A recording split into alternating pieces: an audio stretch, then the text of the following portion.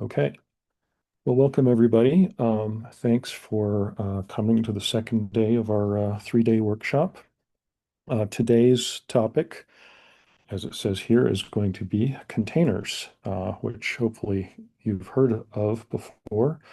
And we're hoping that this will at least provide some sort of gentle introduction and inspire you to use them in your work.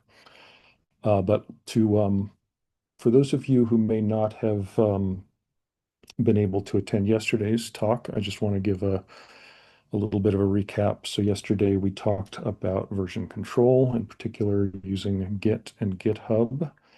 And the focus of how it was being used was kind of working on storing metadata for a single cell experiment. But as many of you are probably aware, Git is typically used for source code. And so that's going to play into, one of the focuses today. So containers, as we'll see, have a lot to do with code. And everything that you may have learned yesterday about, using Git to manage files that are subject to change, like source code often is, will be applicable to things like Docker build files that we'll cover in this session. So I guess without further ado, I will get started on these slides. Let me just full screen that. Okay, so this session on containers is going to be structured with this slides introducing containers and trying to make an argument for why they're useful, specifically in the context of reproducible data science. As I mentioned, they have been developed around concerns with software development practices, but uh, they will make your life easier as far as managing software that you're using for your data science, as well as the software that you may be creating in order to perform the data science.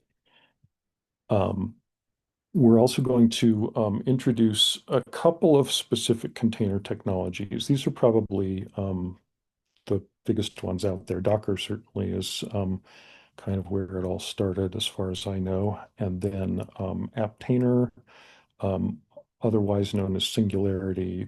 You can kind of think of Aptainer and Singularity as the same thing. That got its birth more for dealing with analytical situations on high performance computing systems. And we'll talk a little bit more in detail about that later on. But there are other container technologies that we won't cover, but I think these, if you learn these two, you'll be ready to tackle others should the need arise. And then after we have done the introductions of these technologies, we're going to go into a live demonstration. The focus will be on doing some very basic single cell analyses using containers, and we'll do this both kind of directly using commands that interact with the container management system in a kind of a manual way. And also we're going to look a little bit at a workflow engine called Nextflow that can use containers behind the scenes to basically take care of provisioning very complicated sets of software dependencies that these workflows have. And as I was preparing the talk, I came across this quote that kind of resonated with me that, basically all of these tools are really to help us in our work, and we really need to understand what's going on. But the tools are there to help us understand, the science better. Okay, so just a very brief overview of what containers are all about. This image came out of a 10 Simple Rules article. You're probably familiar with these series of 10 Simple Rules, and this was about writing Docker files for reproducible data science of all things. And I really like the analogy that they're making in this diagram between kind of what is done to produce from source code something that can be executed, and then something that actually is in the process of being executed. On the analogous side, you've got your Docker build file that's kind of like the source code, and you can then create something called an image that's like the executable binary, except it's got a whole environment inside it. And then once that image starts to be executed, it becomes a container, and that's kind of analogous to the process. So the definition of a container given by the Docker folks is that it's a standard unit of software that packages up code and all of its dependencies so that the application runs quickly and reliably from one computing environment to another. So one key thing here is that you're going to be writing code, that you might be prototyping on your laptop and then needing to scale up to larger analyses and moving it onto maybe a server, and being able to manage, not just the script that you're writing, but all the things that it depends on is super important to being able, not only to, sort of be able to reproduce things in different contexts, but just to basically maintain your sanity, which is a recurring theme, I think, in the three workshops. And so just to kind of expand a little bit, when you actually start executing a binary, let's say it was something compiled, a C program that gets compiled, it's often going to call out to the environment to find things like libraries. And so, what actually happens with this thing is going to be very dependent on the context in which it's running. And what containers try to do is to say, well, the code can live in here, but also all the things that it depends on are going to live in here too. So when that code starts calling out to get things that aren't like embedded within the code itself, it's going to find exactly what you intended for it to find because it's all there in the image with it.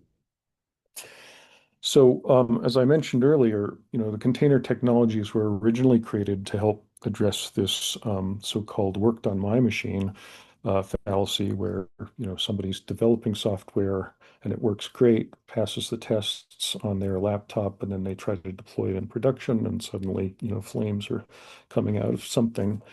Um, but as I said, it also applies to data analyses that are complex and software enabled. And I like to make this analogy with growth chambers for those of you that may be, more experimentally oriented. You really do need to standardize environments for experiments to be reproducible. So, you can take your code and think of that as a genotype, and you can replicate it very nicely using something like Git. But just because, the code reproduces easily onto a new system doesn't mean that it's going to act the same, even if you're, basically feeding it the same data on the new system because of all these environmental dependencies. So I'm going to define environment here as anything that's outside the code of the application itself that code can interact with at its runtime.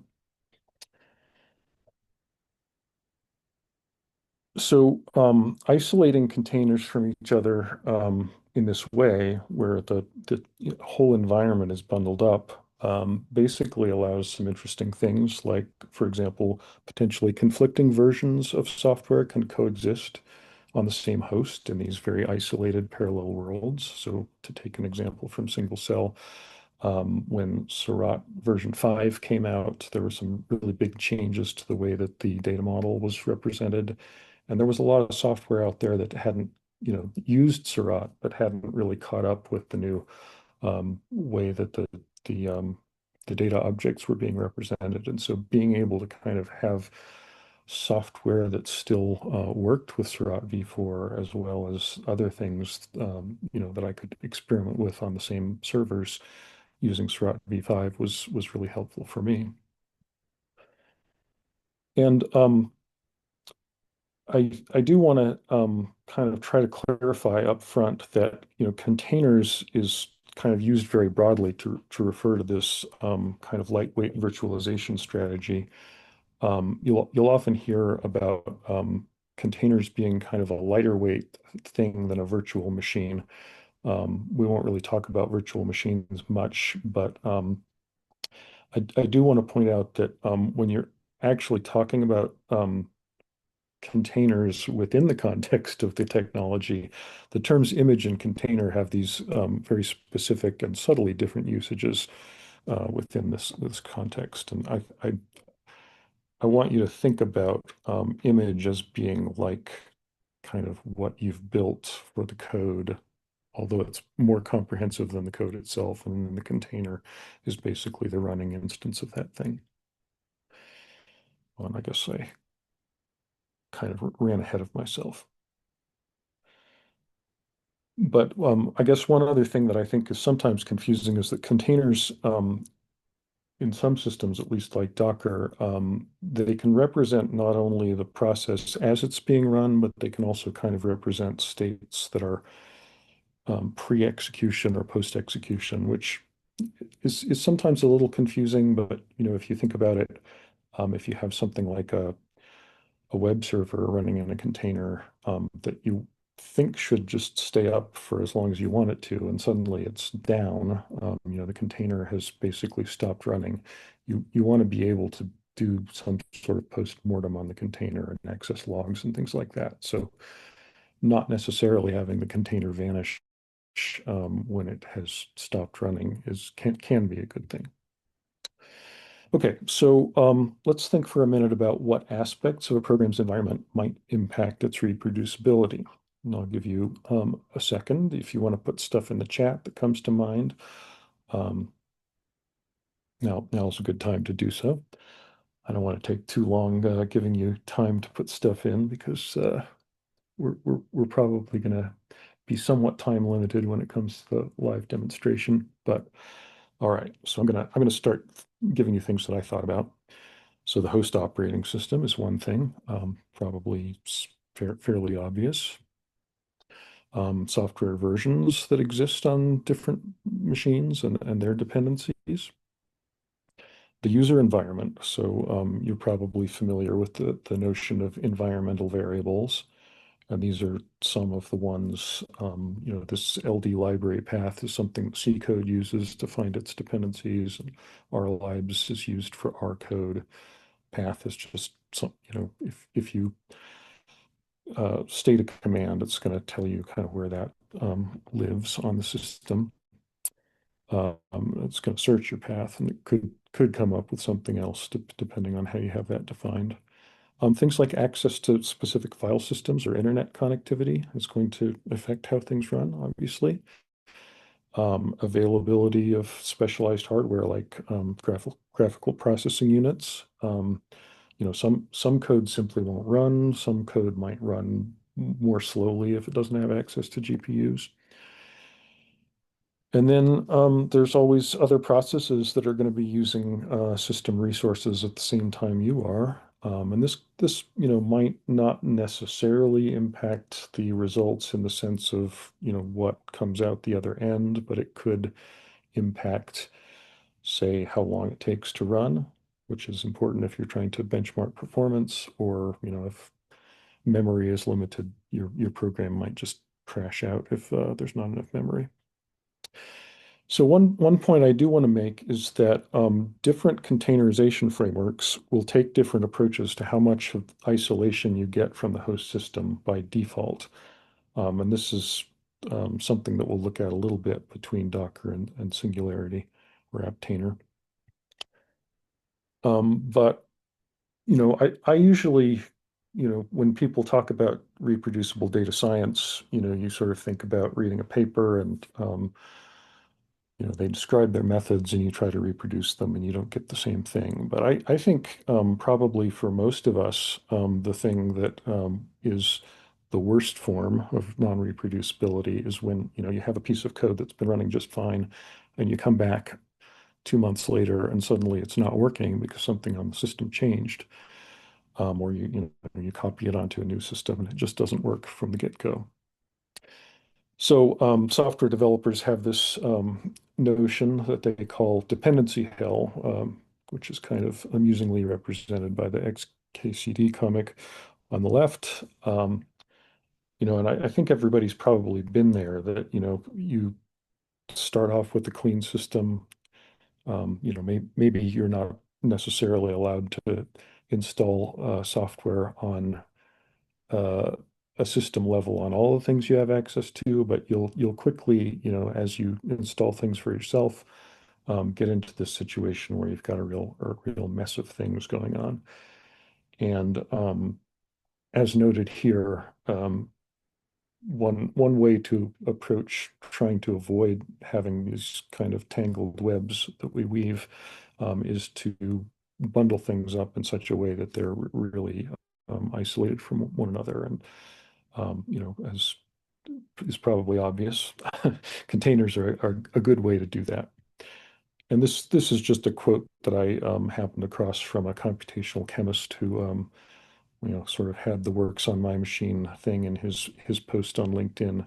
And it really is a terrible standard for science to just sort of say, well, it came out when I did it. So expect if you want to be able to reproduce my work, you're going to be struggling because even if I just kind of described what programs I used, installing all those and getting them to work together on your system might not be all that straightforward, which is something that containers have really made much easier. Okay, so I'm going to give an example that might seem a little bit like a counterexample because it actually happened to me as I was using containers, but it'll turn out that it wasn't really the fault of the containers; it was the way I was using them. So I had there's this program called Busco. It doesn't really have anything to do with single cell analysis, but it is run on genomes for assessing kind of how complete they are. And I had this. I was trying to run this on two identical servers that shared a file system, and so I was, basically sometimes I would run it on one server against the same data, and sometimes on another, depending on how busy they were. But the key thing here is separate home directories on these two systems. Okay, so I had the same simple bash script that was invoking a containerized Busco image like this, referring to something on Docker Hub.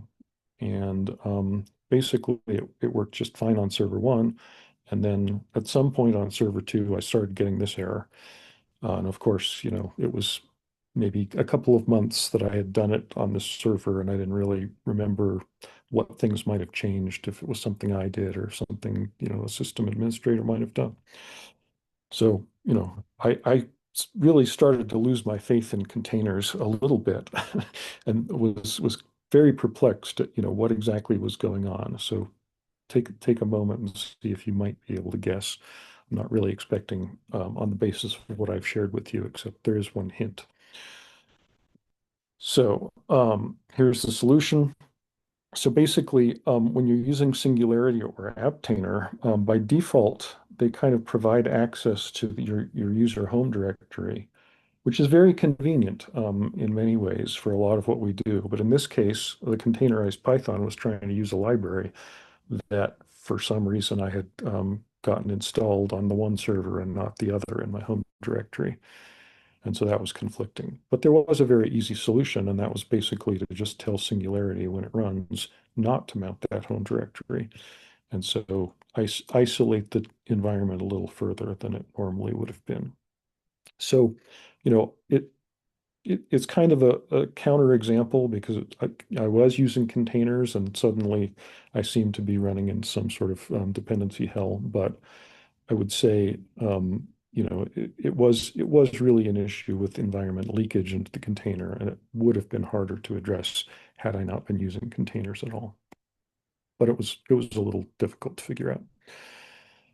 But I do want to note that this judicious use of allowing file systems to be seen by the container, it is going to be an important way for you to be able to access your data using containerized code. So we'll get into that later and show you ways of doing it.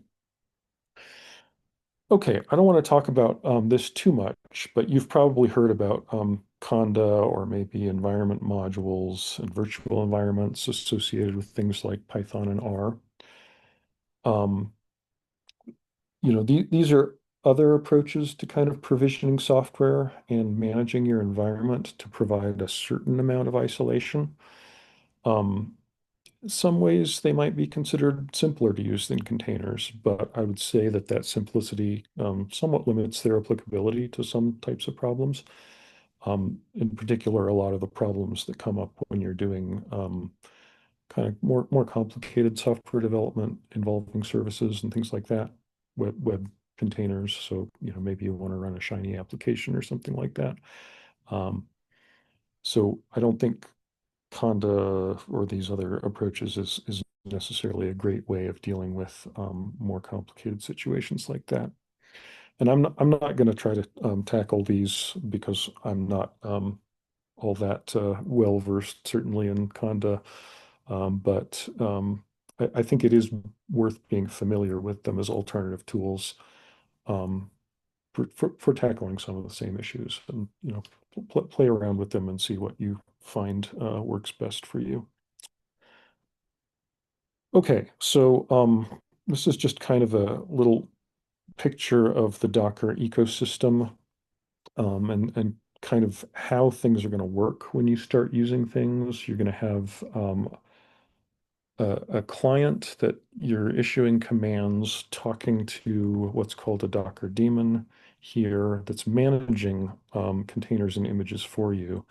And then oftentimes, well, you might either be constructing images for yourself by building them.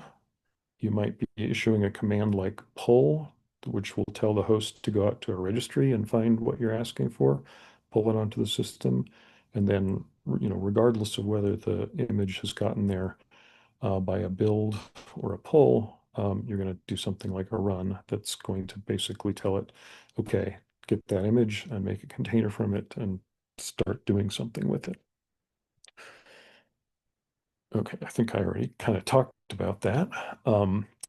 There are remote image registries that are available that you can search for pre-built images. So there are lots of images that people are putting out to places like, probably Docker Hub is the best known one, but Key, I think it's pronounced, .io is another one where a lot of bioinformatics related software lives.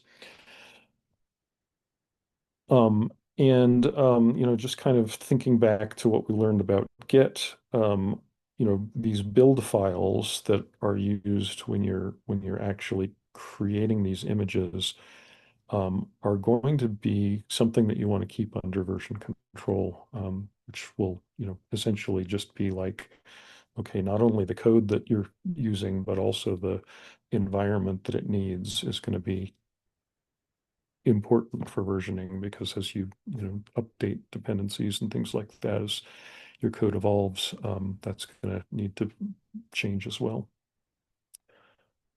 We'll look at this a little bit. Docker files have this notion of layering so that you don't necessarily have to go through the whole build process. It's a little bit like kind of the make system where only things that need to be changed are effectively redone. Not quite like that, but we'll get a little bit of a sense for that when we do the hands-on. And it's probably good to note that you're always going to specify a base image when you're creating a Docker image. And there are a lot of nice base images out there for different languages and frameworks. often there'll be like an official version that you'll want to build off of for those, and we'll see a example of that when we get into the hands-on. Okay, so Aptainer, a lot of the commands um, really are essentially the same, but the system is a little bit different.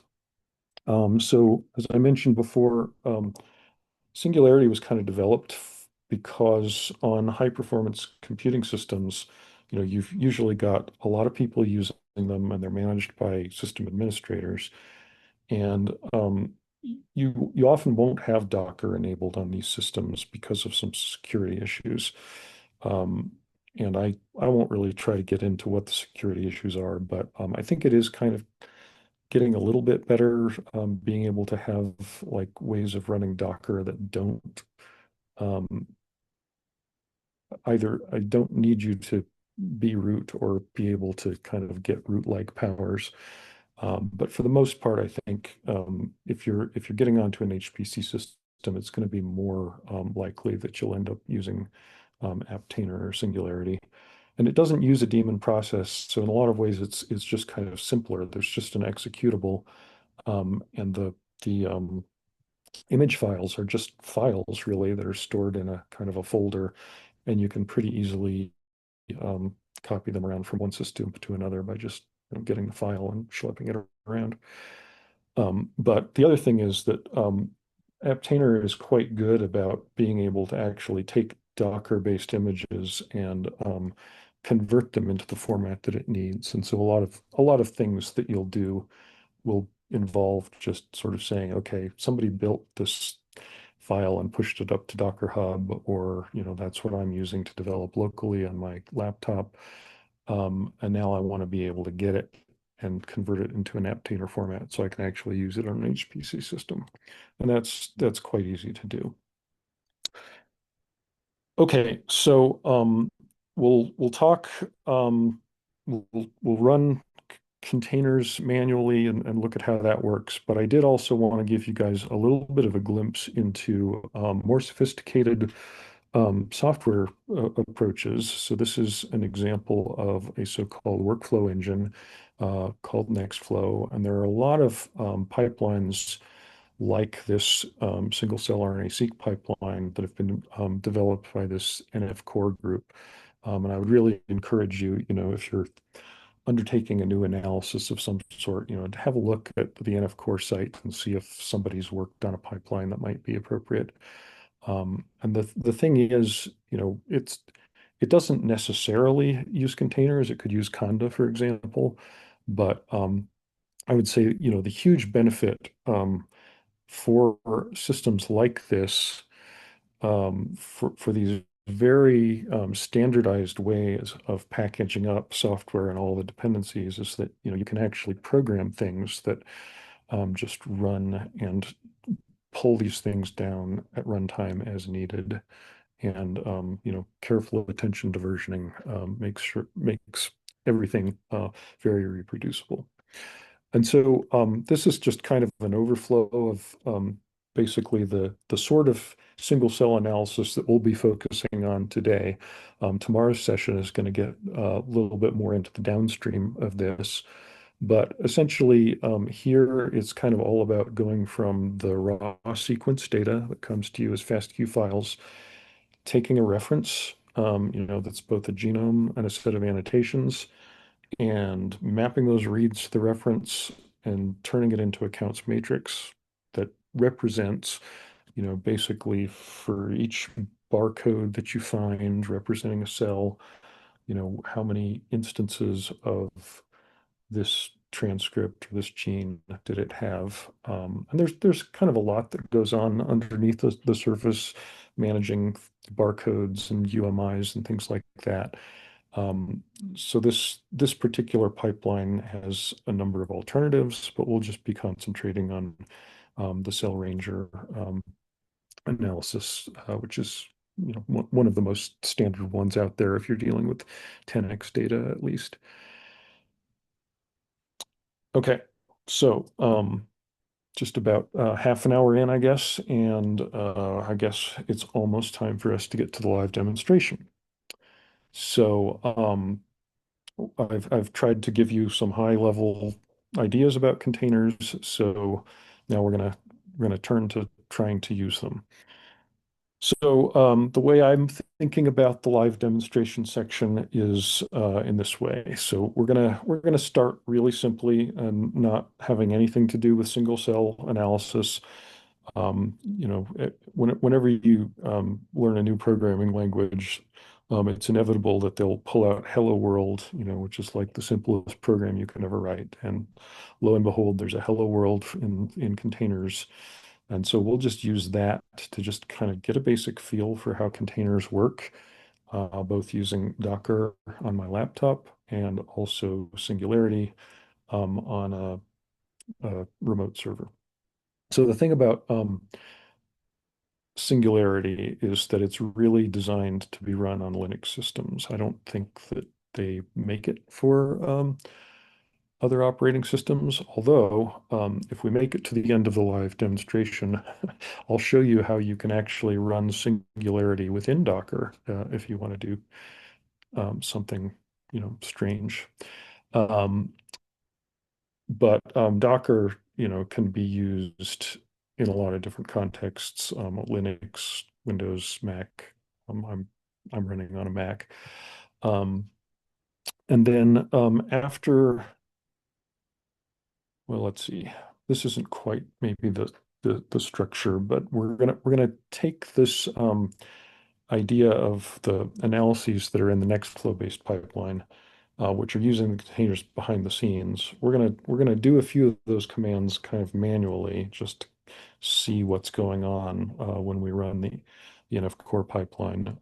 And this is all going to be done on a downsampled version of the data set that was described, whose metadata was described yesterday. And basically the reason for downsampling it was to give us some hope that we could accomplish some of these analyses within the time frame of this. Um, and then after we have a complete kind of analysis using the workflow system for all of the samples in our data set, we'll try doing some add-on analyses from there, both using images that have been pulled onto the system by the workflow, or that we can pull down from Docker Hub, as well as trying to build an image for ourselves and see how that works. Okay, so maybe I should pause and see if there are any questions from the chat at this point.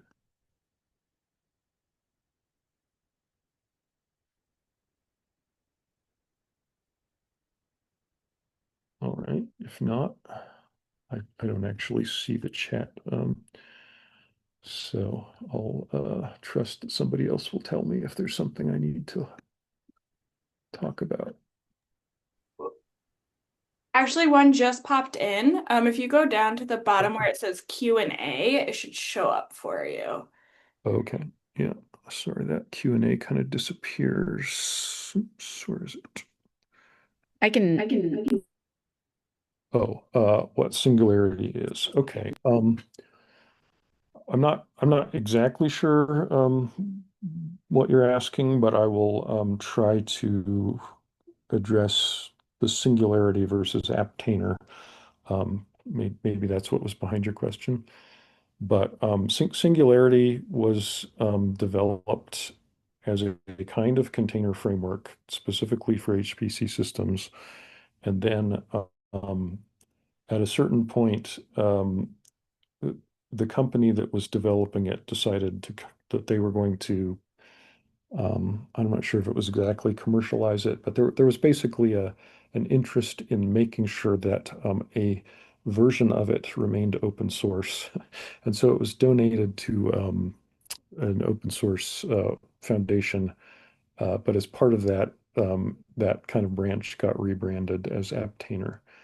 And they're very similar. In fact, I've been using Singularity and only recently for this, inspired by having to give this workshop, I upgraded our systems that I have, the HPC systems that I kind of help manage, to using Aptainer instead.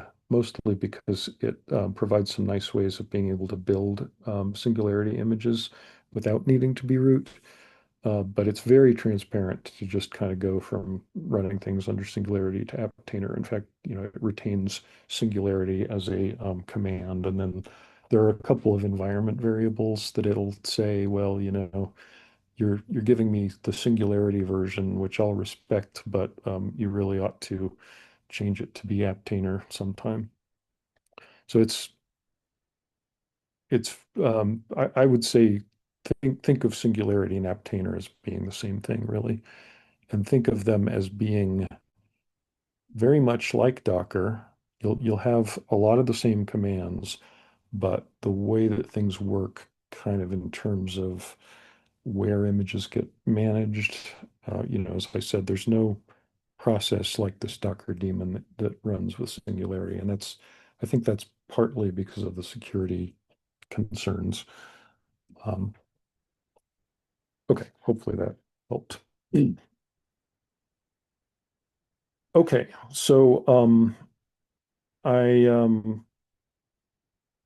I didn't mention this, but Joanna's been doing a nice job of putting this link to this Google Drive in the chat, which I can see now. So I think it's undoubtedly going to be somewhat difficult to follow everything that I do. And so I did try to put things in there that will be the results of some of these analyses, some of which I don't think, they just need to be pre-baked to come out of the oven because they'll take too long to run. But we can download them from there and have a look and see how we can use them in the next step. And probably most importantly is there's a kind of a cheat sheet in there, um, which maybe isn't really exactly like a cheat sheet. There are some links at the bottom to what you might actually consider a cheat sheet, which just kind of tells you about Docker commands and what they do. But this is more or less the set of commands that I'm going to be exploring in real time with you, and hopefully in the PDF that's in that folder representing that, you can just copy paste things as needed. So hopefully that'll help. Okay, so I wanted to start out by just, I think we had people use, or as a prerequisite for this, we asked people to install Docker Desktop. And so I don't use Docker Desktop directly a lot. It's a nice GUI that provides a lot of friendly functionality, but I would say from the little I know of it, it probably is so friendly that it doesn't always give you a great sense of what exactly is going on. And I would say, in particular, if you're transitioning between, using Docker-based commands and using Aptainer-based commands, doing things at the command line will help you learn things a little bit better. So I think it's probably true that everything that you're doing in the context of using the GUI translates into some underlying Docker engine command. So we'll see, for example, there's a Docker search command that you can do with the command line, and that would be something like this, where you're basically going out to Docker Hub and looking at all of the things out there that have something to do with hello. You could also go to the Docker Hub website. Um, and this is like my own little Docker Hub account, and you can see that I've put some images up there for myself. Um, but normally you would just come up here and do something like "Hello World," and you would find similar things. So you don't necessarily have to use the GUI for things like this. But if I look at the images here, I've been running things in preparation for this workshop, so there are a lot of images that are already here. And similarly with containers, we see there's a lot of stuff going on here that represents things that I've been doing. Um, and you might notice that a lot of these things have these kind of funny names, like funny Torvalds. Um, and that's basically like when you don't explicitly name the containers yourself, it sort of auto-generates these names that always seem to be some adjective plus some scientist's name, which is sometimes a nice way to learn about new scientists. So Galois is one of my favorites, but we don't need to go into that.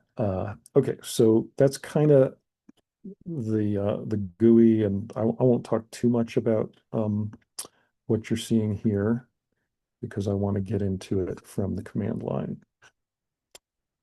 And I guess before I jump in, uh, I have this scrolled up to when I ran my Nextflow workflow on the laptop. This was more or less a proof of concept that it can be done to run this workflow on this data set using Docker on a Mac. But we will see that it took about almost 4 hours to do. So there was no way I was going to try to do that. And I will say, as I was running it, my laptop was not very happy about the amount of work that it had to do. So I wanted to just have that up to prove that it could be done. And also note that, okay, so if I start doing something like Docker images, you'll see something that's pretty similar to what I was showing you in the GUI. This is just basically telling you about images that are on the system at this point. And many of these have been pulled in by the workflow that I ran. In particular, if we can see this one, I mentioned the key.io registry, which is where that pipeline got its cell ranger from. And it has a version tag. You'll see some of these things have a tag which is latest, which is kind of, helpful. Sometimes you really do just want to get whatever is latest and hopefully greatest. But in terms of having things that are, actually known quantities, the tag latest is going to move with the software over time. And so if you're thinking about running things like the Nextflow folks have done, you want to pin things to particular versions using these tags. Um, okay, so I mentioned that you can, well, so there's also a command called Docker PS that is like Docker images, except it's showing you containers. Now, I don't have anything running at the moment, so Docker PS by itself just kind of shows you things that are in process. But we can see if I add the -A option for all that there's still containers that are kind of hanging around on the system after having exited either successfully, as indicated by an exit value of 0, or something went wrong with them. Um, Almost certainly something I did wrong when I was trying to invoke it. And so one thing you can do, for example, go back to my images, and just remove an image at your convenience. Let's see, this might complain. Yes, okay. So this is complaining that it's not going to delete this image because there are still these, even though they're not running, they are containers that depend on it. And so it's not going to delete that.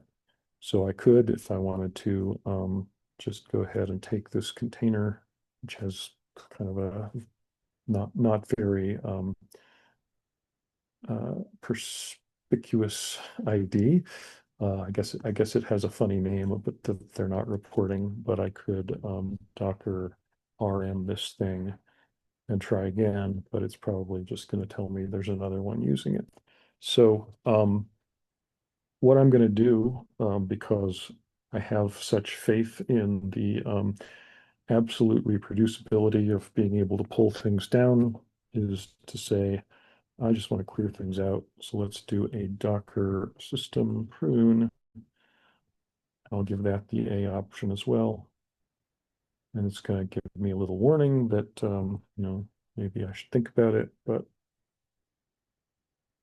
I'm not going to think about it too hard. So I had a lot of stuff. And one thing, if you're in a environment that's maybe a little bit space constrained and you've pulled a lot of stuff down, Docker can take up a lot of space in the system. And so doing some judicious pruning from time to time is not a bad thing. I mean, you'll get you'll get clear errors when you try to pull something and you've run out of space for it. So now if I do a Docker images, there's nothing there. And similarly, Docker ps-a, nothing there either. Okay, so I've successfully cleared my plate. Okay, so let's go to the Hello World example, and I'm going to just go ahead and do Docker run. Let's give it a little name like PCA, and I'm going to refer to the Hello World image. Okay, so when I do this, it's going to say, well, you said Hello World, you didn't give it a specific tag, so I'm going to look for the latest.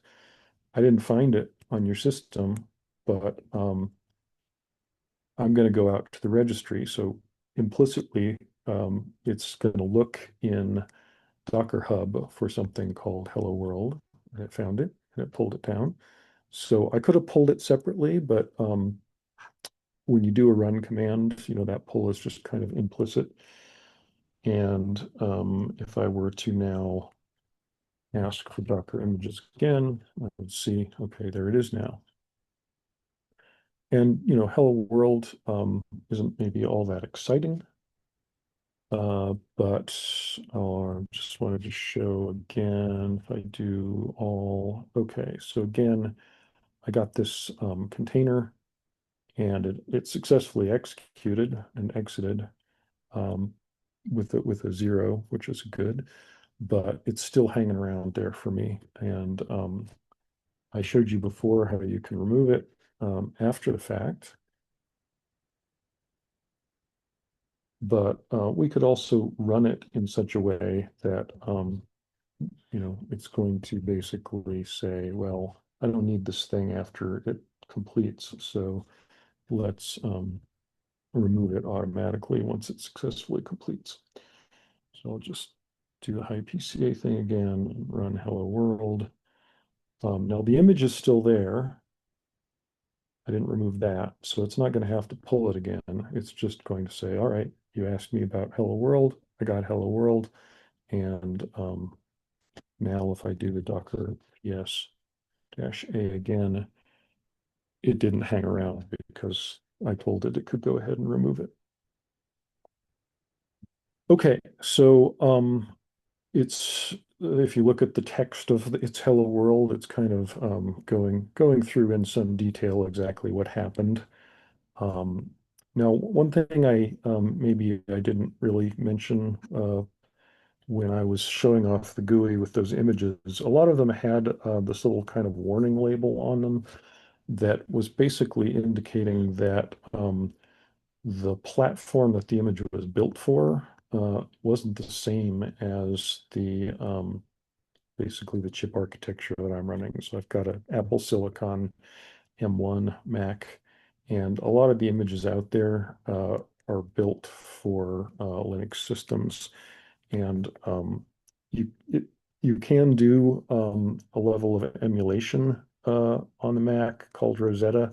And I think like when I ran that thing that I said it took almost 4 hours, I think probably a lot of the issue with it being so slow had to do with this layer of emulation that a lot of things were running through.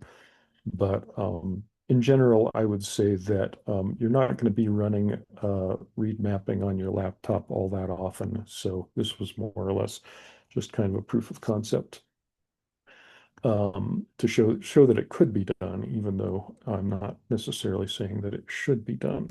But there are a lot of analyses like if you wanted to run, say, Seurat locally, that works very nicely. Or other R or Python based things would work nicely.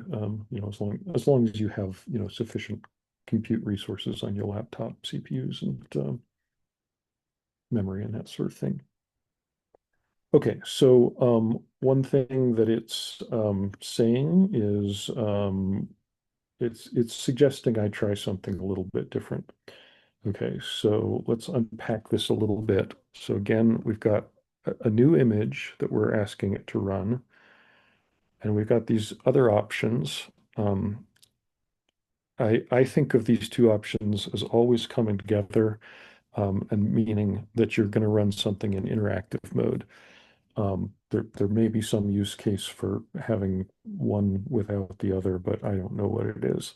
So just if you're ever doing something where you're going to be interacting with it, like maybe an interactive version of an R session, you're going to want those two options. And then in addition to just the image, it's in addition saying, all right, there's a command that I want you to run within the context of that image. And we didn't do that with Hello World.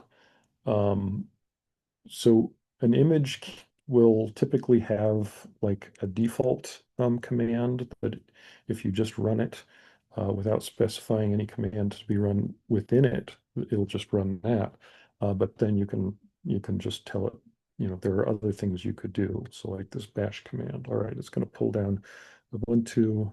It's going to be in the context of Ubuntu, which is a Linux distro. And now I've just got a bash shell within the context of that.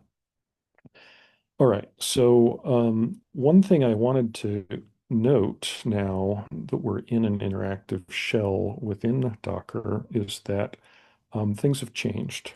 So when I was outside the container, I had this user called PCA Workshop who knew about running on this host, which is my MacBook Pro, and it was in a folder called PCA. And if I had listed what was in that, you would see a bunch of stuff. Now, inside the container, it looks like I'm root, and the system has this name that is probably the container ID, and I'm in the root level. And if I list, it's showing me basically the stuff that you would see in a Linux system at the root level. And if I were to list home, I would see an Ubuntu user in there. But there's nothing about PCA Workshop. So in fact, I can't see my files even if I tried real hard because the whole file system, has switched into what's available within the container. Okay. And so that is very isolationist, which, could be a good thing, I guess, depending on your perspective. But oftentimes you will want to be able to make things available to you. And we will see later on how that is done. But, if I do who am I in here, it tells me I'm root. I did the list. I could do something like top and get something that looks just like what it would look like under Linux. I could do an LDD on top. I not I don't think I mentioned, oops, LDD on which top. And the stuff that it's getting is just basically like libraries that are in Linux land. If I did the equivalent thing outside, I'll just exit that, and probably since I didn't tell it that it could remove that, I'll see that it's hanging around. But let's see, if I do top, it looks different when I'm running it on my Mac. A little bit different anyway.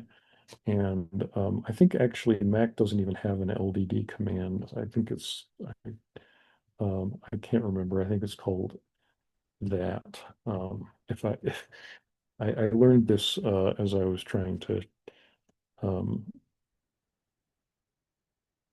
figure out something to show.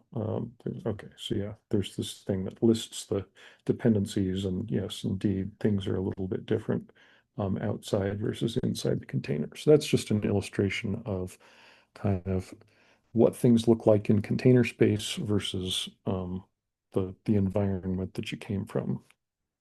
Trying to demonstrate a little bit about the isolation. Okay. Now I'm over here on a system that has Aptainer, and I want to do a couple of things that are a little bit similar. So I'm going to say Aptainer run, and now I'm going to give it this prefix uh, Docker. It looks kind of like a URL, and that's basically just saying, hey, this is something that exists on Docker Hub. Um, and in fact, I already had it kind of pulled down. So it says it's using a cached CIF image. What's that all about? Well, there's just a folder on your home directory. I don't think I have mine specified here. So it's probably Aptainer cache, and under there somewhere is a file that represents that hello world that would have gotten pulled down if it had not already existed there. And then if I do the similar thing with Ubuntu, actually, I think I'll just skip ahead a little bit. So I could do a run Ubuntu bash, but Aptainer has a separate command that's called shell that basically just creates a shell within the context of the directory. It looks like there's a question.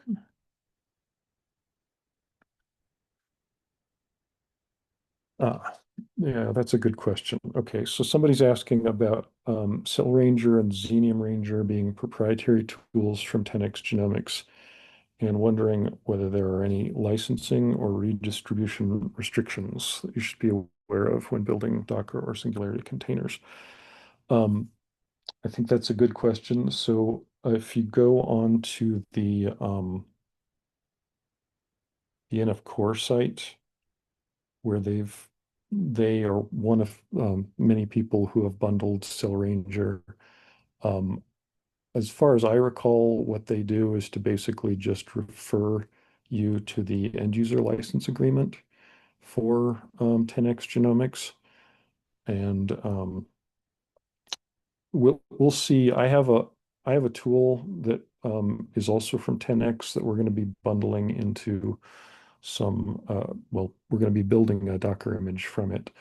And it sort of has a end user license agreement built into it that um, I think it's probably sufficient. 10x is actually pretty good about making sure that their stuff only runs on 10x data. So I think it's actually pretty hard to violate the end user license agreement. But I guess when in doubt, don't share things publicly if you are worried about 10x's lawyers coming after you. But I think I think they're probably happy. It's essentially not very different from just pointing people to the 10x website where you can pull Cell Ranger down yourself. But yeah, it's a good question.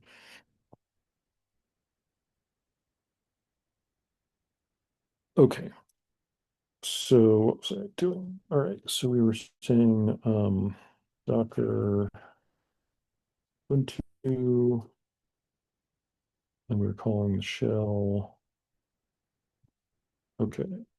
So when I do the who am I in there, it still knows who I am, and it still sees the same files. And so that's just kind of an example of some of the things that Aptainer does a little bit differently by default, is like translating things like your current working directory or your home directory into the space by default so that you don't have to worry about some of these very common things that you'll be doing, like saying, oh, well, I just want to refer to a file that's right here in this directory with me. Do I really have to, make a explicit um, access to the container for that? And the Aptainer's view is that's a common enough use case that we'll just make it that way by default. But as I showed in that example with Busco, there are ways of, basically invoking options that tie it down a little bit more.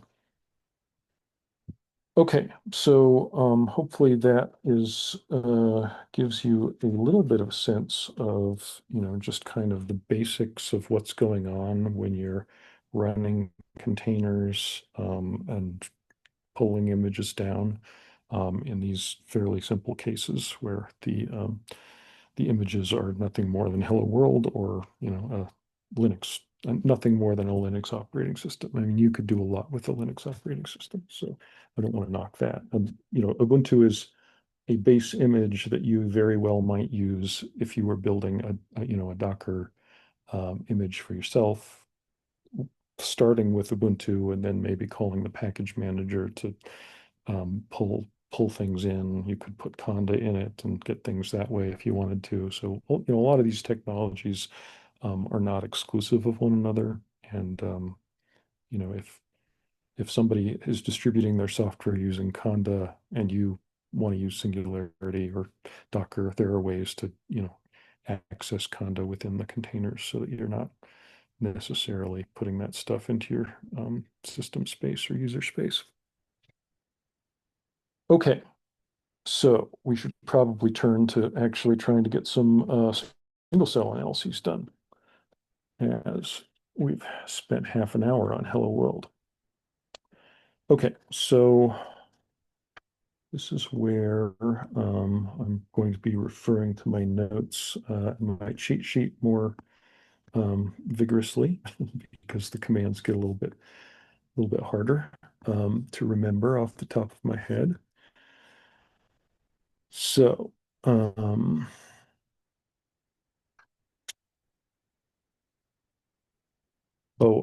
thing I should have mentioned. So,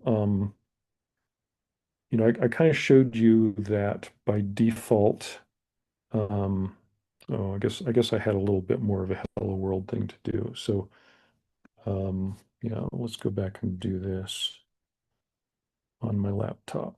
So if I do this, this V is short for well, what is it short for? It might be short for volume, but it's basically something that's referred to as a bind mount, and that's telling Docker that you're going to take a area outside the container and make it available inside the container at a given path.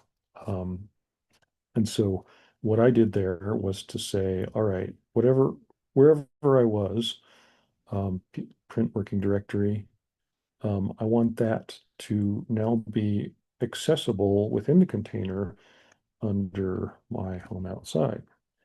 So now if I list my home outside, I can see the things that were there. But if I tried to do that, um, it that's just kind of the root file system and not what I would see if I did it outside, because I'm basically saying you can see anything below this, but you can't like go up above it yet. But that's basically the way that you make file systems or files. We'll have a use case for making a file kind of overwriting something within the container with a file from outside the container later on. But so that is an example of a bind mount, and you can do that similarly. I think the option in Aptainer world is actually dash dash bind. But one thing I like to do with Aptainer is to just set an environment variable called Aptainer binder, I think it is. Bind path, Aptainer bind path. And you can basically just give it a comment limited list. You don't even necessarily need to like redefine the paths within the container. You can just say like, these are common areas on my file system where I keep data, and I just want them to be accessible by default whenever I get into a Singularity container. And so, if I set, oh, let's say I go into Aptainer again this way, and I try to look for this file system called falafel. You'll see we have a lot of legume-related names on our systems because I run a legume database. But if I were to set Aptainer bind path to falafel there, just like that. Basically now it's mounted to that root falafel as falafel within things. And so that's just a kind of a nice way of giving it places that look exactly outside or inside as they do outside. Okay, so let's go on now to a cell ranger command. Okay, so the first form that I gave here, this is basically trying to take the FASTA file that I provided. It's the Arabidopsis latest from Ensemble, and the annotation file, and to basically make a reference for it for read mapping. And the cell ranger command that you use for that is called make reference. And could have done it this way, maybe, except that what's going to happen. So the way that this code is written, you want to give it an ID for the genome that you're building, and that can't have like funny characters in it, and it's not really a path, it's just a name, and it's going to write that to wherever the program happens to be. And so although I've kind of mounted um, the area with the data into the container, or the container, what I haven't done is to say, well, where are you going to be when you start running this thing? And where it's going to be is in the root level, and basically it will write the thing, but it's going to be within the container. And um, although I think it's probably possible to, like, in some way, if you didn't remove the container after it ran, like get the files out from the stopped container. It's much better to do something like this, where you're actually using a special thing that basically says, all right, when you start processing, I just want you to set your working directory to be a given path within the container. And it's the same path that happens to be the one that I'm at now. So when you go there, you're going to actually basically write things in the current directory, but it happens to be this place that is a mounted directory from outside. And so when I do that, so the whole command here is going to be essentially a little wrapper script for the cell ranger command. Didn't necessarily need to write a wrapper script. Could have just done it like calling cell ranger makeref directly, but it's usually a good idea to kind of write your things into scripts. So again, I think well, I can start running this. Let me start running this, and if I run this, uh, let's see. I think I'll run this on my Linux system here. And I need to go over to where I actually put the data. Oops.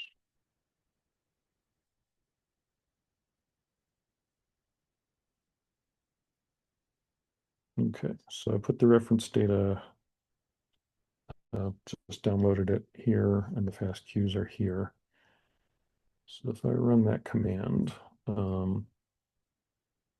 what's going to happen is, oops, well, first of all, it's going to complain that I already did it. So let's move that out of the way.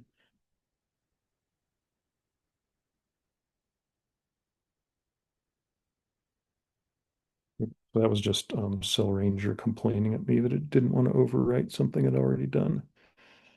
Okay, so now I used this container that, like I said, had been pulled down when I ran the next flow. Um, and I'm pointing it to the script that it can see because it's actually gone to this directory. Um, it's not in the root. It's to where exactly I started from because of this PWD. And I'm going to stop at midstream actually.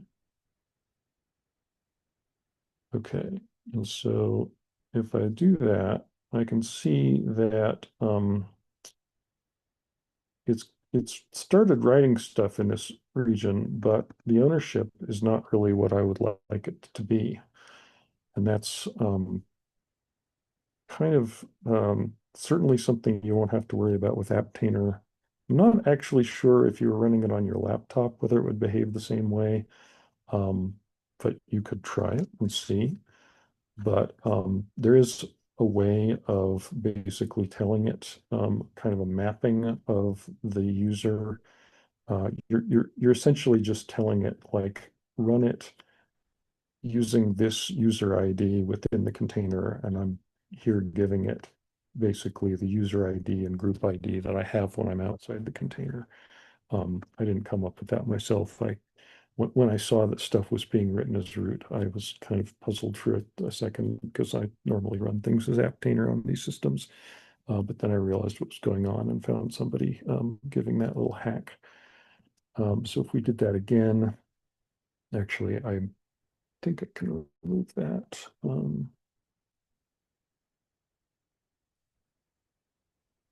Oops, didn't quite make that command correctly.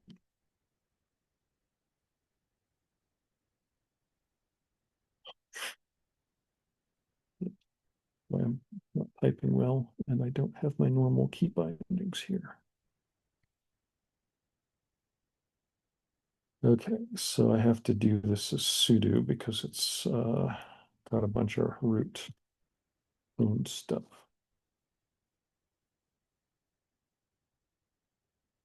Okay, not sure about that. Maybe I'll just move it out of the way.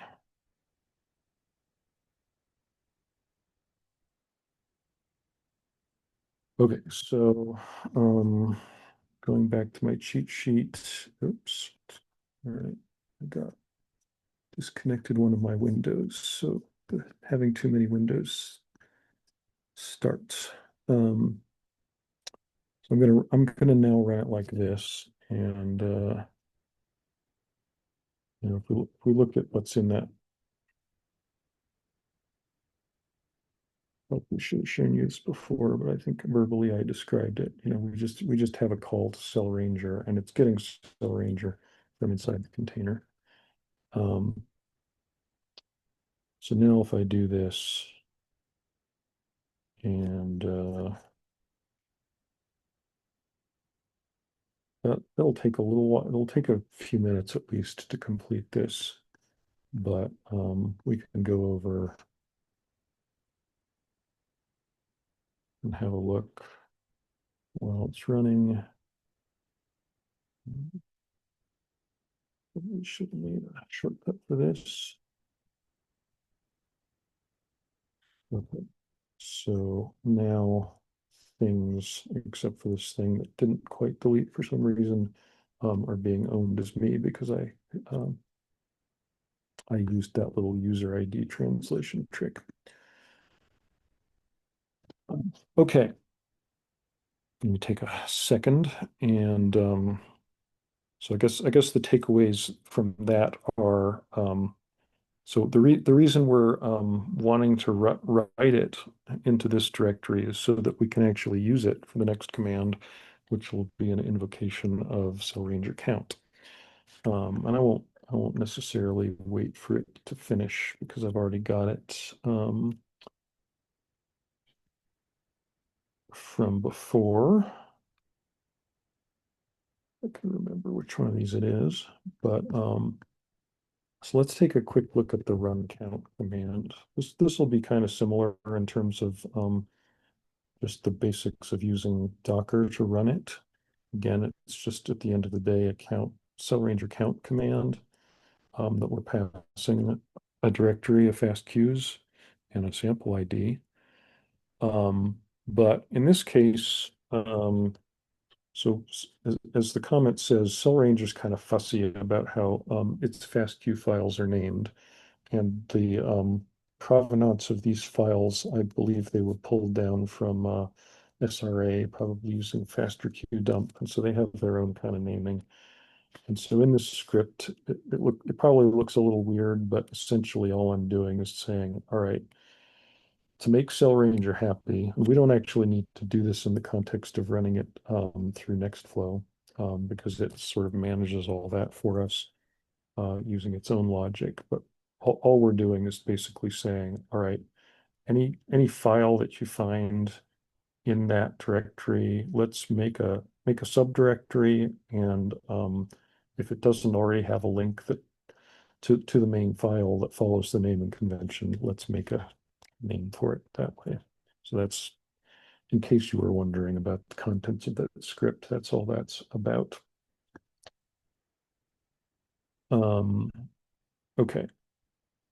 So if we ran this again, we're using similar tricks. Same container, same version of Cell Ranger, using the same music trick, using the same work trick, and then I guess all the other magic is happening within the script itself.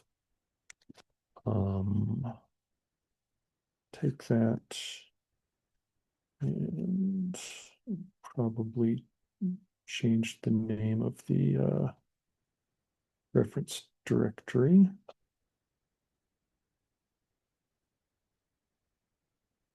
Oh, is that hard coded in the script? Maybe it is. Yeah, it's hard coded into the script. Okay, so that probably wouldn't work until this command finishes, unless I kill it and rename this thing to what it had been before. Well, I guess I could have changed the script.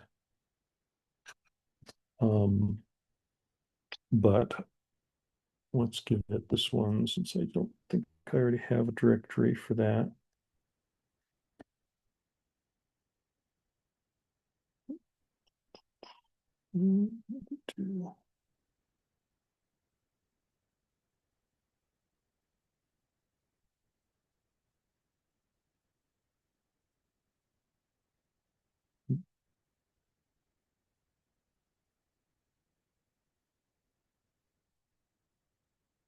Oh, I thought I changed that, but I guess I didn't. Let's do case rep2.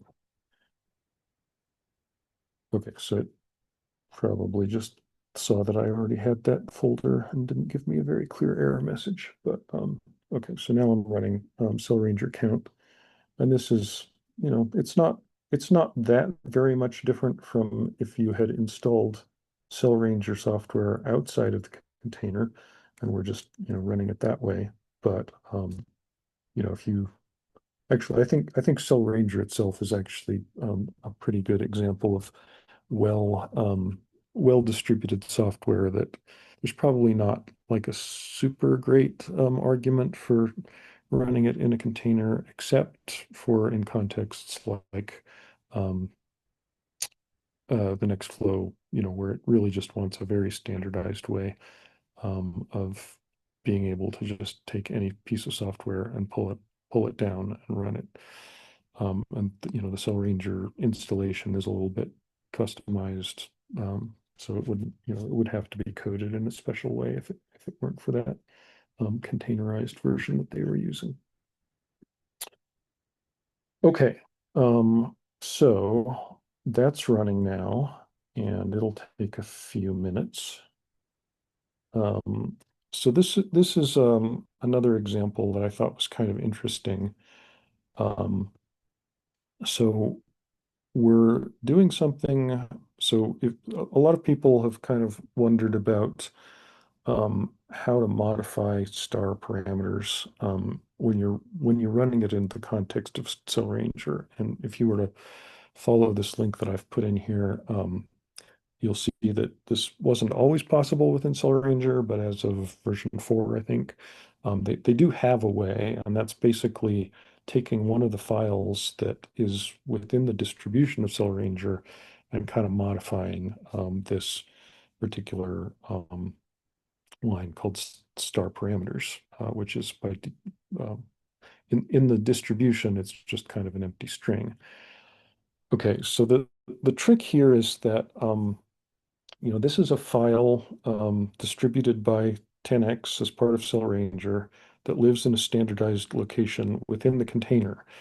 And so you need to have some way that you can modify it when you're running your analysis. And there are probably other ways of doing this, but I think this is kind of an interesting approach where basically we are first we are running the container, and what we're doing is telling it where is that? Yeah, okay. So we're taking this image and we're telling it we want to run a command, but it's not Cell Ranger. We're just doing a cat of this directory, and we're outputting it to a file, on the current working directory. So it's just like basically spitting out the what I've asked it to standard out, and I'm redirecting it to the file. So I don't have to worry about the working directory stuff for bind mounting because it's just coming via standard out. All right, and so I create this file. Go ahead and do that. Um, this I could probably do it here. Although it's probably going to have to pull that file here, so that might take a little while.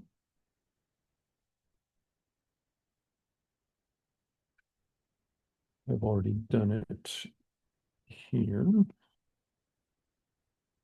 Okay, so this originally looked like, kind of an empty string, and I've now edited the file. And now the question is, all right, now I've got this file representing what I want Cell Ranger to see sitting out here, and I basically want to replace what Cell Ranger sees when it runs with contents of this file. And so one way you could do that is to basically just use the bind mount, and this time instead of having it be like a directory that you're um, translating to a directory within the system, which is basically just giving you access to things. Here we're saying, well, let's take this file, and these bind mounts always have to be done in terms of absolute paths. So that's why I'm using this PWD thing all over the place. But I'm saying like, okay, I have this file existing in this path outside the container, and I want it to replace the path to this file inside the container. And so in fact, when this runs and Cell Ranger asks to see the contents of this file, what it's going to be getting is actually this. And I had to mess around with this a little bit. Mostly the issue I was having was that if you look at this page, um, they have these like fancy quotation marks that are, not actually the sort of double quotes that we use in code. And so it was basically causing it to error out when I just copied from their example, but replacing those with regular double quotes made everything work just fine. Okay, and I'm not going to do that because I think we're probably running out of time a little bit, or we're running low on time. Maybe I'll just pause and see if there are any questions. Looks like people have been answering questions on my behalf. Okay, so we've covered kind of running Docker, running images that may have come from Docker Hub. In this case, I guess I didn't mention it, but when when you have this is probably like the most complex form of an image reference that you'll see. So we've got a specific version tag here. We've got the name of the image, the organization that it belongs to in the registry, and the registry itself is specified. I don't think it gets any more than that. Normally, as we saw earlier, you might just say, all right, let's just use something in Docker Hub that is an official version, so it doesn't really belong to any particular organization. And that'll be somewhat simplified. Uh, but if you need to do something fully qualified, it would look something like that. Okay, so we've kind of run or in the process of running a couple of cell arranger commands. Oh yeah, okay. So this thing finally pulled the image, and presumably, if I look at that, yeah, that's what the thing originally looked like within the image. All right. So now let's look at Nextflow. All right. So a lot of the Nextflow commands, or like the subcommands, are going to look, or they're the same words that you find when you're using the Docker commands, but they're actually getting kind of different stuff. So when I say, let's see, use Nextflow here, yeah, I put the Nextflow executable. I think Nextflow is quite easy to install. And I gave some instructions up there. If you didn't already do it, it's part of the prerequisites.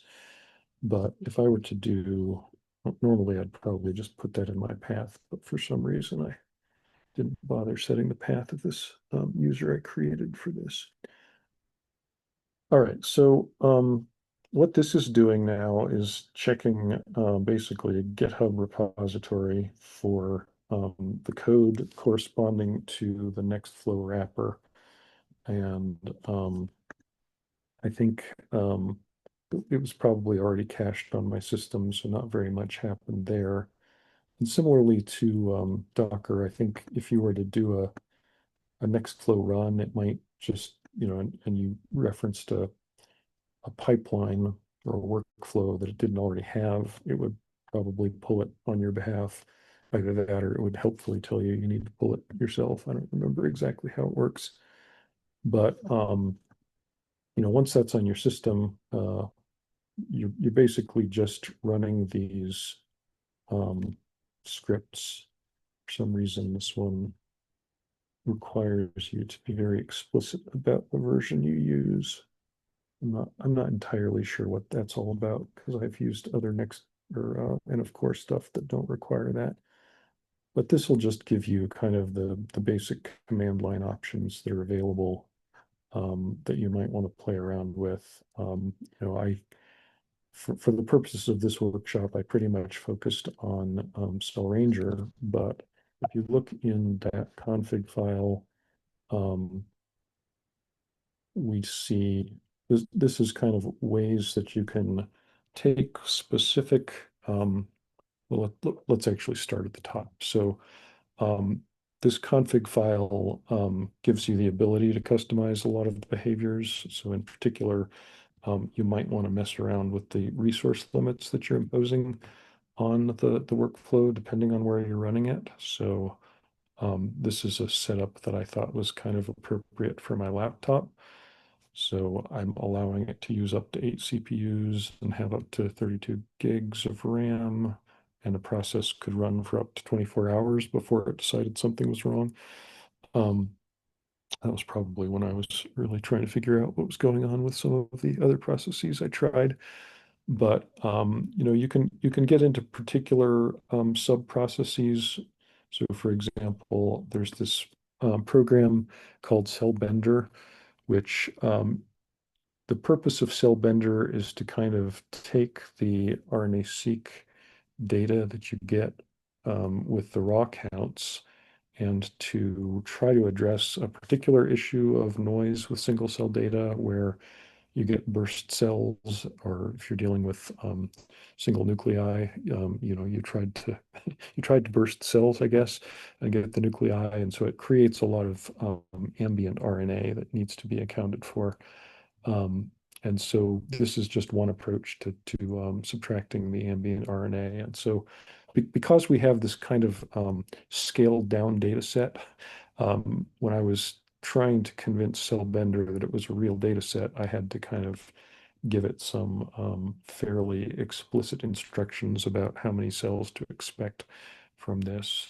But this is just kind of an example of how you might take particular programs essentially within the Nextflow workflow and modify the arguments being passed to them. So with our data, I'm not I'm not actually all that familiar with Star Solo, but when I was playing around with it, I found that I needed to kind of customize the parameters to work with the data that we have for one reason or another. So if you decide to play around with other aligners and see how they differ within the context of this data, this should facilitate that.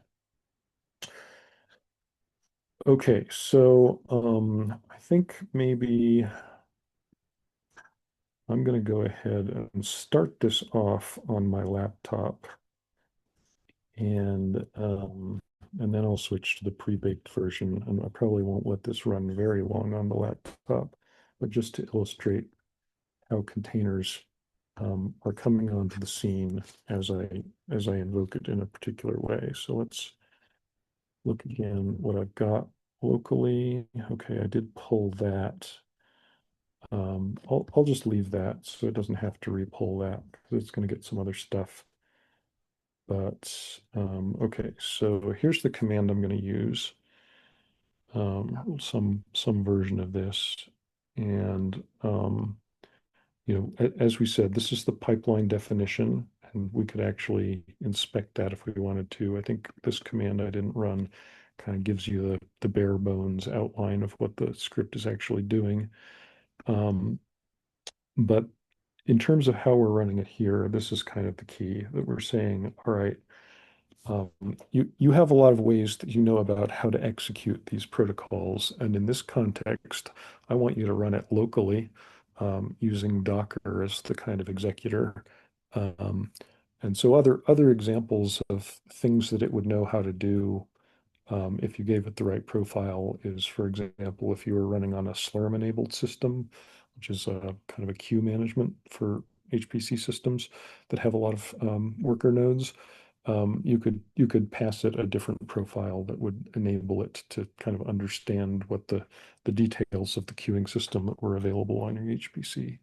So Nextflow has really a lot of options associated with it and provides you with a lot of power for running things like this. And I would really recommend that as you start getting into, especially, if you get larger data sets that you want to process in a standardized way, I would definitely recommend that you look at initially, things that have already been defined on your behalf.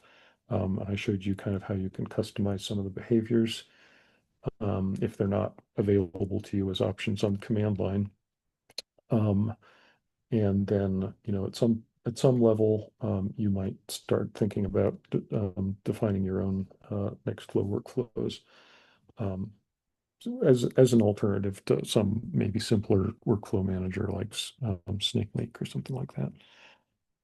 All right, so let's see what happens exactly if I start trying to do this. Oh, and just to mention, the reason that I added this option skip Cellbender in this context is because Cellbender is kind of a machine learning based approach to doing this ambient RNA detection. And as such, it really benefits quite dramatically from the availability of GPUs.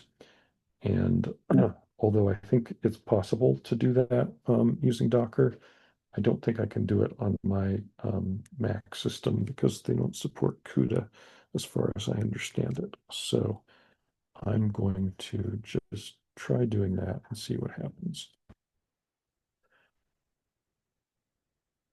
think I want to get into my dry run directory. All right, so the main point here is all right, so workshop genome is are pre-built there using that command from earlier. And I've got this config file that I'm sending it, and I'm going to give it a new out directory because it'll probably complain otherwise. But I'm telling it, do what you're doing through Docker. Okay, so now it's going to start up and yeah, so it's going to start executing these things. And so it's running this program called FastQC, which is possibly familiar to many of you. It's kind of a very generic, well, QC program for FASTQ files.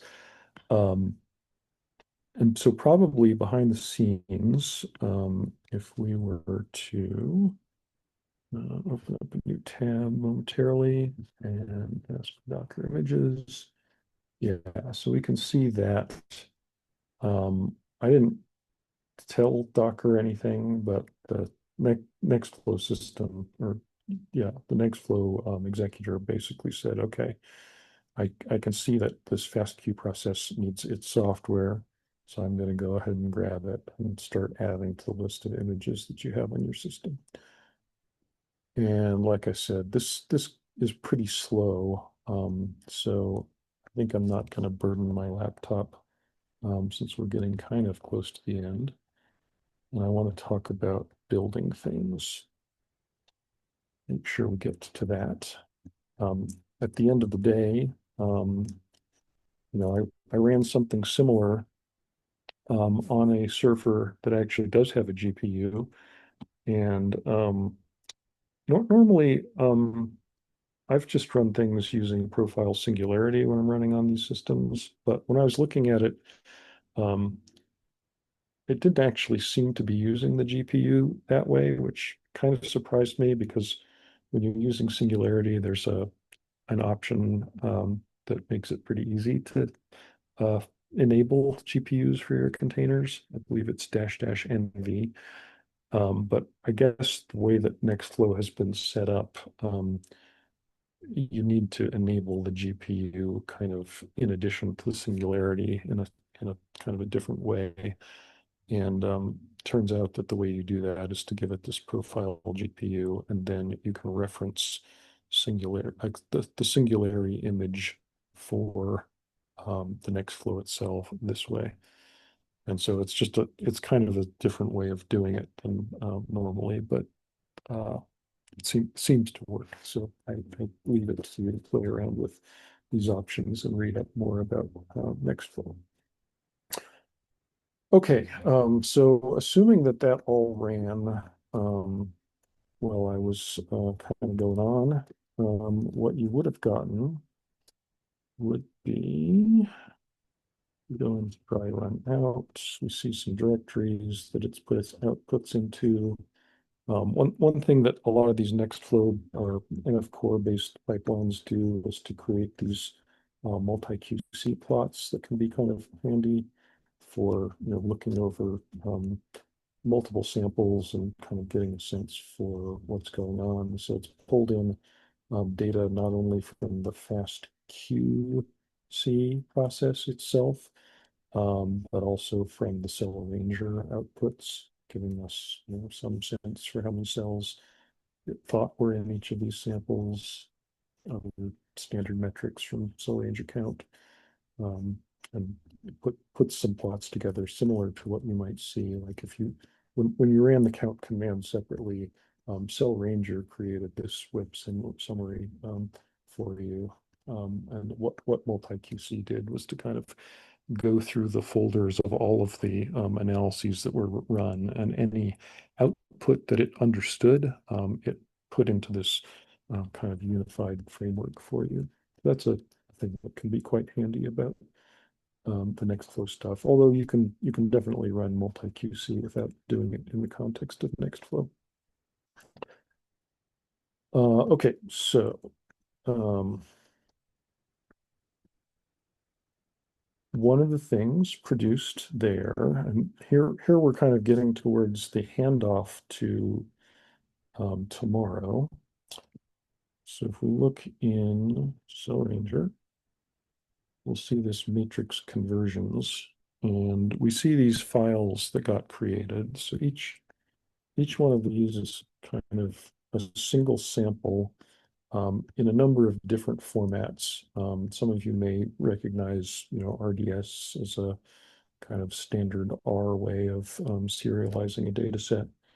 Some of these represent kind of different standards. So H5AD is something based on HDF5, I think. And these are both RDS files, but this is in the context of a Seurat object. And this is a so-called single cell experiment. So it basically is just doing a lot of conversions for you. And then all of the individual samples are also bundled up together in combined ways. But if you were to look in these, and I think Michael tomorrow, when he's going through Jupyter Notebooks, will give you a little bit better sense for what's in these types of files.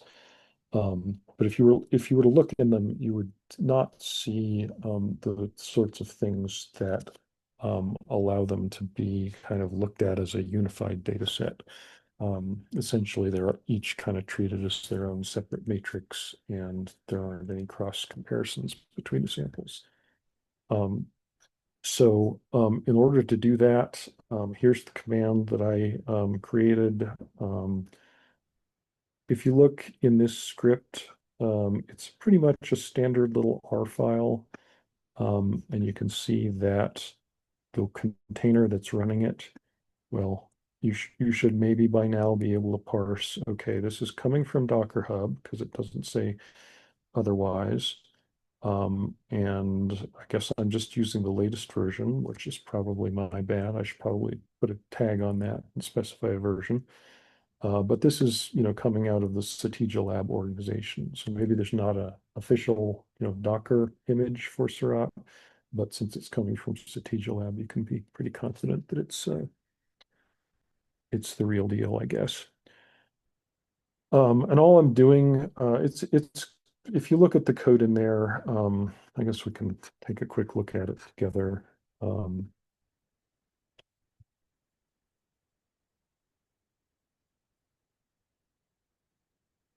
I can't remember where I put it. There we go. Okay, so we're telling it to, use the non-interactive way of running our scripts. And we're basically just saying, all right, I'm gonna feed you two arguments, one input, one output, and then I'll run through kind of a standard set of commands from Seurat to integrate the thing and do things like find clusters and run a UMAP on it.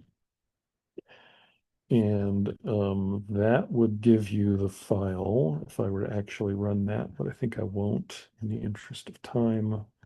That's going to produce the file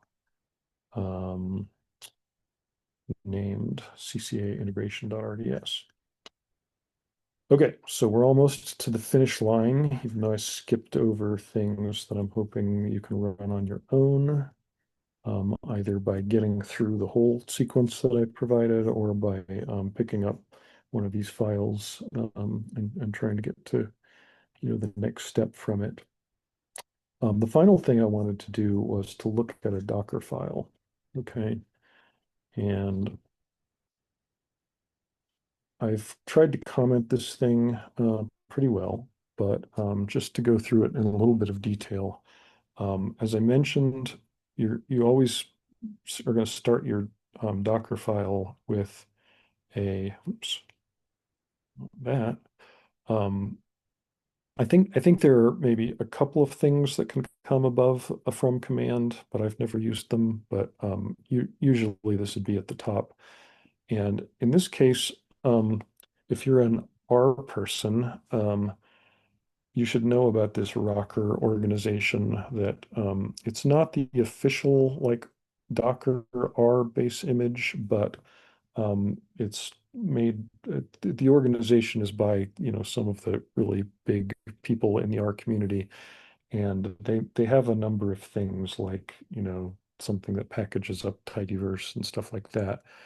This one is actually kind of interesting in that it's basically allows you to pull down dependencies without having to go through the long, often arduous process of compiling these things from source. So it really speeds things up quite a lot, and that's why I put that in here. Um, so this is the base image that I chose for that reason. And then each of these subsequent commands is going to be part of building the image. And as I mentioned, Docker uses this kind of layered approach.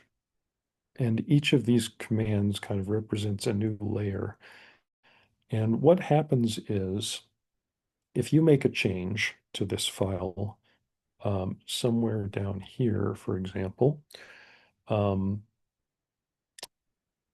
what will happen is that it'll kind of consider everything downstream of that to have been, potentially invalidated, and but everything above it, it'll still be able to use the cached versions. And so it's sometimes you can find kind of best practices. In fact, like that 10 simple rules paper that I had in my presentation, I think gives some of these things as kind of best practices. Like you can basically design your Docker files so that the stuff that's least likely to need to be redone is more towards the top, and stuff that might change more often is down towards the bottom. And especially you don't want to put like some really heavyweight, long-running thing um, after something that's likely to change, because that's just going to make you lose all the benefits of this layering. Okay, so as I mentioned, what we're building here is this tool called loopr, and essentially what it is for taking Seurat objects and creating these loop files, which can be viewed in the context of a specialized interactive browser that 10x distributes, which I believe I put a link into the cheat sheet. And you know, there are probably many reasons to prefer generating images yourself rather than using the interactive browser, but it's certainly a convenient way of exploring things. And you might find that your PI doesn't really want to learn how to run Seurat commands to ask you, or ask you about creating images for 50,000 genes that they want to look at. So it's kind of a nice way of basically just putting everything that's in the Seurat file into an explorable, browsable package. But it is a little bit funny in its distribution, in that you do have to go through this process of accepting an end user license agreement. And I saw in the commit logs, I went onto their GitHub when I ran into the fact that my build was basically dying at this point. I don't think there's any way, although I could be wrong, of like injecting interactivity into a build process. And so I had to find a way of kind of like basically putting in something that would allow you to say yes. And it turned out, I guess other people were wanting to probably containerize this thing. And so they did add this thing where you can basically set an environment variable. Um, and so this is, an environment variable in the context of the Docker file. So when you build this, I guess the way I'm envisioning doing it is, well, I guess I have the commands. So why don't I go ahead and do it? So when you do a Docker build, if you don't specify the build file, by default, it's just going to look for something called Docker file. I could also do that. And then you always give it a so-called build context. And in this case, it doesn't really matter. Where it would matter is if you're like basically wanting to take files like your scripts in your GitHub, and or the clone that you have of your GitHub, and copy them into the container as you're building an image from some code that you're writing. So it would this would be the place where copy commands would basically be able to get their stuff from. Okay, so if I do this, it's going to get the rocker thing as my base, and it'll pull some stuff for that. And at a certain point, this thing should fail because that interactive thing is basically just going to kind of hang and not know what to do. And what I envision you doing, should you wish to be able to use this tool for yourself, is running this, getting to the same point that I'm about to get to, and seeing it break, and then changing that. And you'll not only enable it, but you will also see the caching in action where all the stuff that it's doing now, it won't have to redo, even though it's hopefully relatively quick because of this base image that I said is relatively quick to use. But I guess it'll take a bit. So while this is running, maybe I should stop because I think we're getting close to the end, and see if anybody has questions.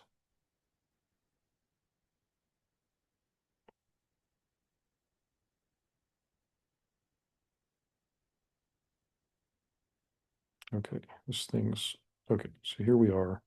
It's basically asked about that thing, and it's not going to proceed past this. Okay, so I'm going to go my Docker file and change that. And of course, if you do this, you're going to look at the 10x agreement and make sure you're adhering to it, as I have done. Okay, so like I said, all that was cached, and it's just doing that. And now it's finalizing the image build. And I guess one thing that's probably worth noting, if anybody makes it to the end of this, oftentimes what you're going to do is take an image that you've built locally and kind of get it onto Docker Hub so you can pull it onto another system from there. And so this is kind of the way you have to have an account that you log into, and you have to kind of tag it in this way that indicates that when you push that thing, that's where it's going to end up with this tag on Docker Hub under your organization.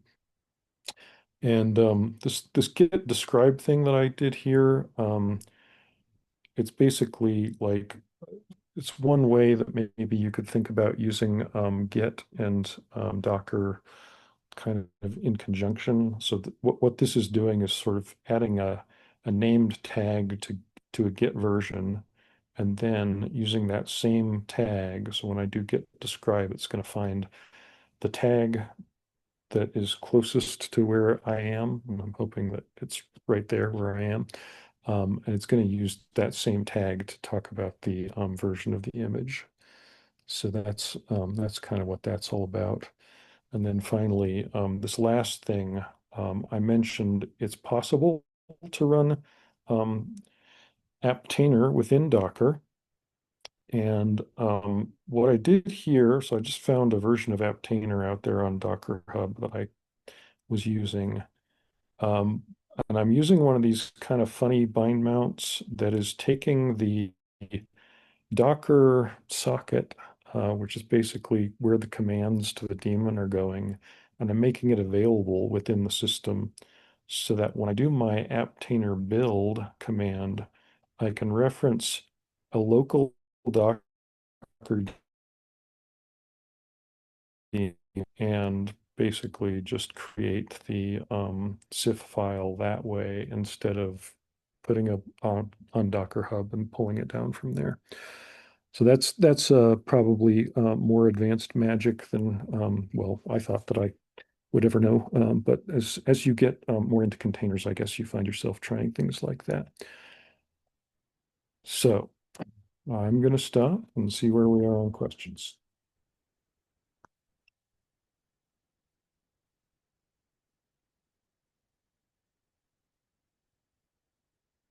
Let's see, what's the chat?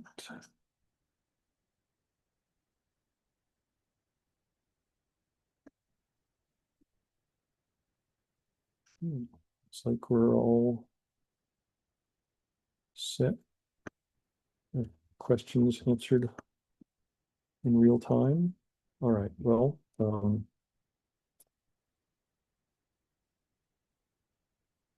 I hope that some of that at least was useful. Some of it may have seemed daunting. I wasn't really sure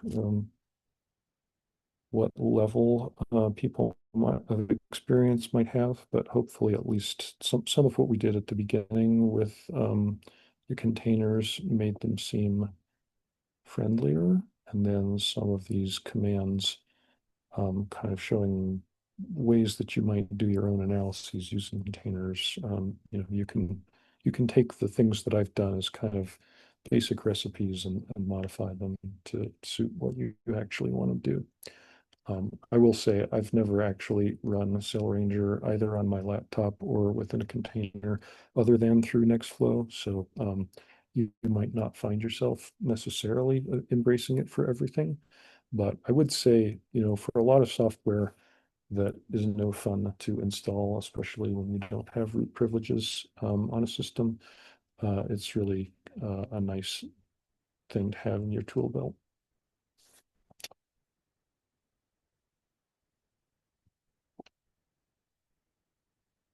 I'm going to stop the share. And tomorrow, look forward to learning about Jupyter Notebooks. And we will take the file that you may or may not have been able to produce following along there and run with it in the context of the interactive Jupyter Notebook experience. So I hope to see you again. Thank you Thanks, so Andrew. much.